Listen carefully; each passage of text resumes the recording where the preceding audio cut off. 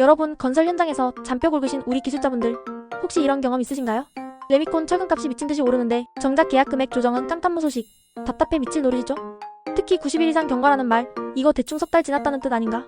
하고 가볍게 생각하셨다면 오늘 영상 끝까지 집중해주세요. 이 90일이라는 숫자의 진짜 의미를 모르면 수천만 원, 아니 수억 원의 손실로 이어질 수 있습니다. 단순한 시간 개념이 아니거든요. 오늘은 이 90일에 숨겨진 비밀을 법률, 실무, 행정적 측면에서 낱낱이 파헤쳐서 여러분이 바로 현장에 적용할 수 있도록 핵심만 쏙쏙 알려드릴게요. 그럼 같이 한번 파헤쳐볼까요? 자, 먼저 법률적인 측면부터 자세히 들여다보겠습니다. 우리 90일 경과라는 말, 정확히 언제부터 효력이 발생할까요?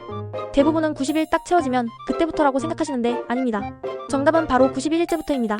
국가계약법 시행령 제64조 다들 한 번쯤 들어보셨을 텐데요. 이 조항에 따르면 계약 체결일 또는 직전, 조정기준일로부터 90일 이상 경과한 경우에만 물가 변동을 반영할 수 있다고 명시되어 있습니다. 여기서 중요한 핵심 포인트가 두 가지 있습니다. 첫째, 90일이 지나고 91일째 되는 날부터 조정이 가능하다는 점. 둘째, 계약 체결일이나 직전 조정기준일은 불산입, 즉 계산에 포함시키지 않는다는 점입니다. 쉽게 말해 계약일 다음 날부터 1일로 세기 시작해야 한다는 거죠. 예를 들어볼까요? 만약 계약일이 1월 1일이라면 1월 2일부터 1일째로 계산합니다. 쭉 세어나가서 90일째 되는 날이 3월 31일이 되겠죠? 그렇다면 물가 변동 조정은 언제부터 가능할까요? 맞습니다. 바로 91일째 되는 날인 4월 1일부터 신청이 가능한 겁니다.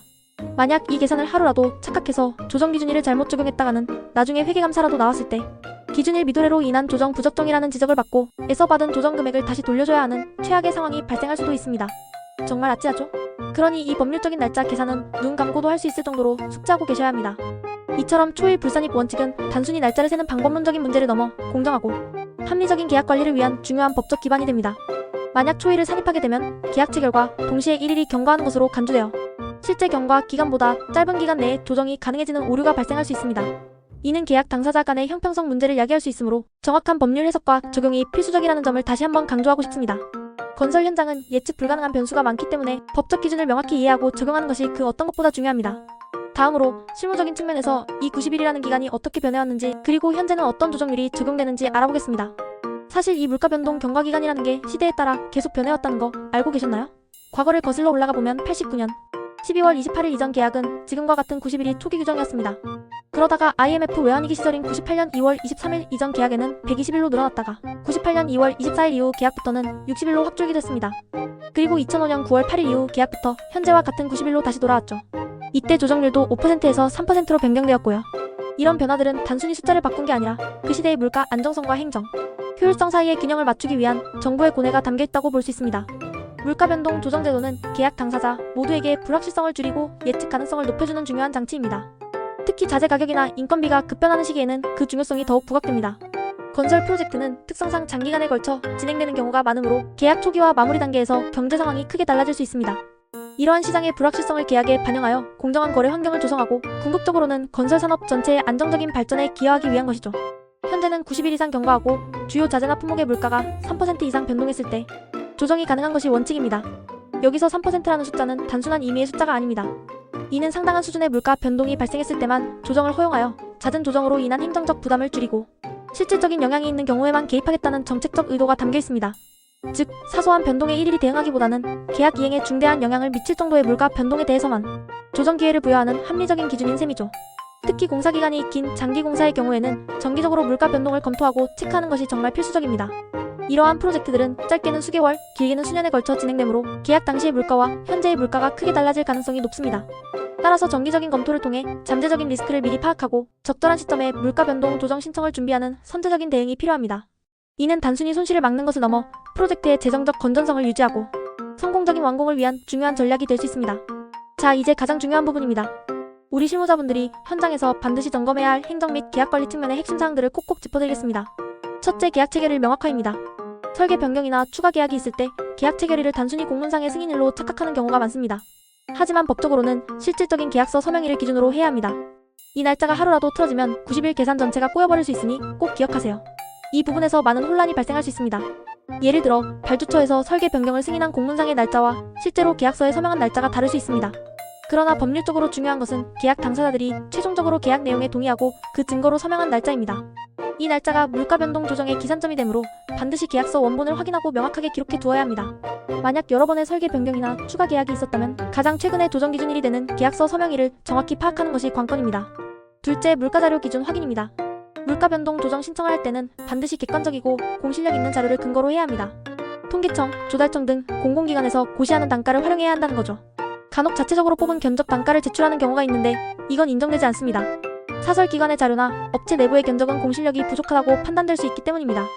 특히 조달청에서 발표하는 물가지수나 원가 계산에 의한 예정가격 작성 준칙에 명시된 각종 단가, 자료들은 정부 계약에서 표준으로 인정되는 자료들입니다. 이러한 공실력 있는 자료를 활용하는 것은 조정 신청의 정당성을 확보하고 발주처의 신뢰를 얻는 데 필수적입니다. 관련 자료는 주기적으로 업데이트되므로 신청 시점에 가장 최신의 자료를 확인하고 적용하는 세심함도 필요합니다. 셋째, 공정 연동성 검토입니다.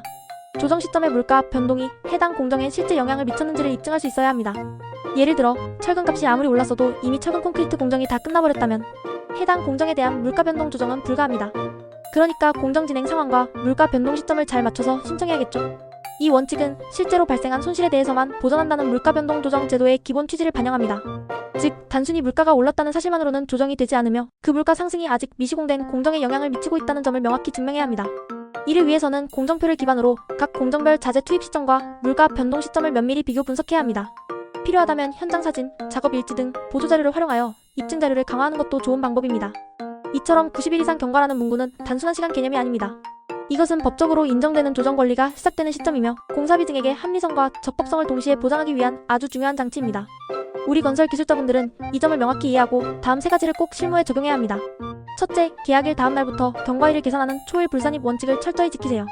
이 원칙을 간과하면 최소한 하루, 길게는 며칠의 착오가 발생하여 조정 시기를 놓치거나 부적정 판단을 받을 수 있습니다. 둘째, 91일째 되는 날 이후에 물가 변동 신청이 가능하다는 점을 항상 인지하세요. 이 날짜는 여러분의 권리가 법적으로 유효해지는 시점이므로 달력에 정확히 표시해두고 관리하는 것이 좋습니다. 셋째, 계약 금액 조정 신청 전에는 반드시 근거 단가, 자료와 공정 진행 상황을 꼼꼼하게 점검하는 습관을 들이세요. 이러한 사전 점검은 신청서 작성 시간을 단축할 뿐만 아니라 발주처의 심사를 통과하는 데 결정적인 역할을 합니다. 이 세 가지 기준만 명확히 이해하고 실천하더라도 하루 차이로 수천만 원의 손실을 막을 수 있습니다. 법령의 문구를 단순한 시간이 아닌 권리의 시점으로 해석하는 순간 여러분의 진짜 실무 능력이 빛을 발하게 될 겁니다. 자, 그럼 물가 변동으로 인한 설계 변경을 요청할 때 필요한 구비 서류들은 어떤 것들이 있을까요? 막상 준비하려면 막막하게 느껴질 수 있는데요. 핵심 서류들을 제가 지금부터 쫙 정리해드릴게요. 첫째, 물가 변동 조정 신청서입니다. 이건 발주처에 제출하는 공식적인 요청서로 보통 공문 형식으로 작성됩니다. 신청서에는 계약 개요, 조정 요청 사유, 조정 금액 산정 내역 등을 명확하게 기재해야 합니다. 특히 조정 사유는 육하 원칙에 따라 구체적으로 작성하여 발주처가 내용을 쉽게 이해하고 검토할 수 있도록 해야 합니다. 둘째, 물가 변동 대상 자재 목록입니다. 철근, 아스콘, 시멘트 등 주요 자재별로 단가표를 명확하게 제시해야 합니다. 이 목록에는 자재의 규격, 단위, 그리고 변동 전후의 단가 정보가 포함되어야 합니다. 각 자재의 변동률이 명확히 보이도록 표 형태로 정리하는 것이 효과적입니다. 셋째, 조정 기준 비교표인데요. 계약 시점과 조정 시점의 자재 단가를 비교해서 3% 이상 변동했음을 명시해야 합니다. 이 비교표는 물가 변동 요건, 충족 여부를 시각적으로 보여주는 중요한 자료입니다. 각 품목별로 계약 단가, 조정 시점 단가, 증감액, 증감률을 일목요연하게 정리하고 총액 기준 3% 변동률도 함께 제시하여 전체적인 상황을 파악하기 쉽게 해야 합니다. 넷째, 조달청 고시 단가 또는 통계청 자료입니다. 앞서 말씀드렸듯이 객관적인 단가, 변동을 증빙할 수 있는 가장 확실한 자료죠. 조달청 나라장터나 통계청 홈페이지 등에서 해당 자료를 발급받아 첨부해야 합니다. 특히 기준 시점과 조정 시점의 자료를 명확히 구분하여 제시해야 합니다. 다섯째, 공정별 자재 사용량 산출서입니다. 실제 공정별로 사용된 수량과 단가의 근거를 명확히 제시해야 합니다. 이는 각 공정에 투입되는 자재의 종류와 수량을 정확히 파악하여 물가 변동이 실제 계약 금액에 미치는 영향을 구체적으로 산정하기 위한 필수 자료입니다. 설계 도면과 물량 산출서를 기반으로 상세하게 작성되어야 합니다. 여섯째, 설계 변경 내역서 수량 및 금액 조서입니다. 변경 후 계약 금액과 증감 내역을 상세하게 명시해야 합니다. 이 내역서는 최종적으로 조정될 계약 금액을 확정하는 데 필요한 문서로 기존 계약 내용과 변경된 내용을 비교하여 금액 증감의 근거를 명확히 제시해야 합니다. 일곱째, 조정 사유서 기술자 의견서입니다. 공사 현장의 물가 변동이 어떤 영향을 미쳤는지 기술자의 입장에서 구체적으로 설명하는 문서입니다.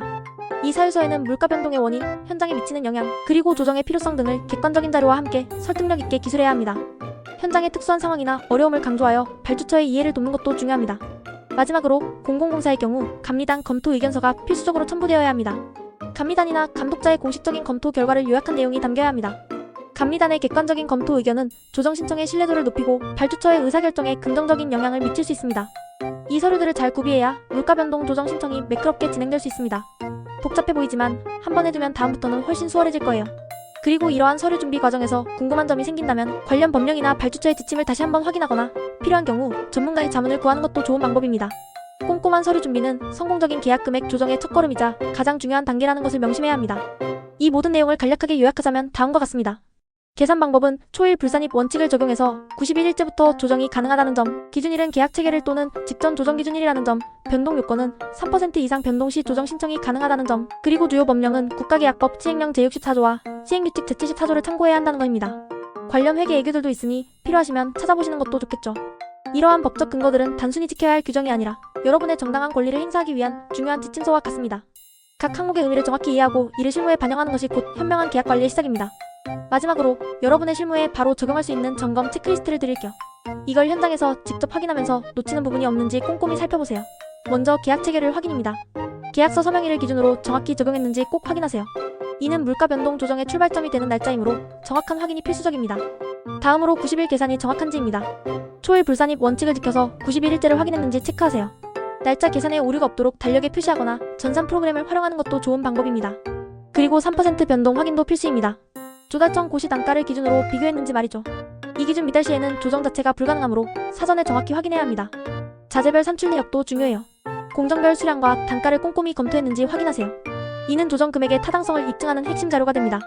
조정 신청 공문은 제출일자와 발주처 접수 확인이 중요합니다. 공식적인 접수 없이는 효력이 발생하지 않으므로 반드시 접수증을 받아두거나 접수 여부를 확인해야 합니다. 설계 변경 내역서에는 금액 증감 내역이 명확히 명시되어야 하고요.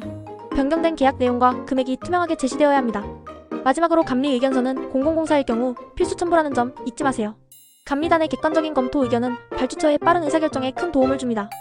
이 체크리스트만 잘 활용해도 여러분의 업무 효율성은 물론 현장의 손익 관리에도 큰 도움이 될 겁니다. 건설 현장의 물가 변동 더 이상 두려워하지 마세요. 90일 이상 경과의 진짜 의미를 정확히 알고 실무에 적용한다면 여러분은 현장의 숨은 영웅이 될 수 있습니다. 오늘 영상이 여러분의 현장 업무에 작은 빛이라도 되었으면 좋겠습니다. 혹시 더 궁금한 점이 있다면 언제든지 댓글로 남겨주세요. 다음에도 유익한 정보로 찾아뵙겠습니다. 감사합니다.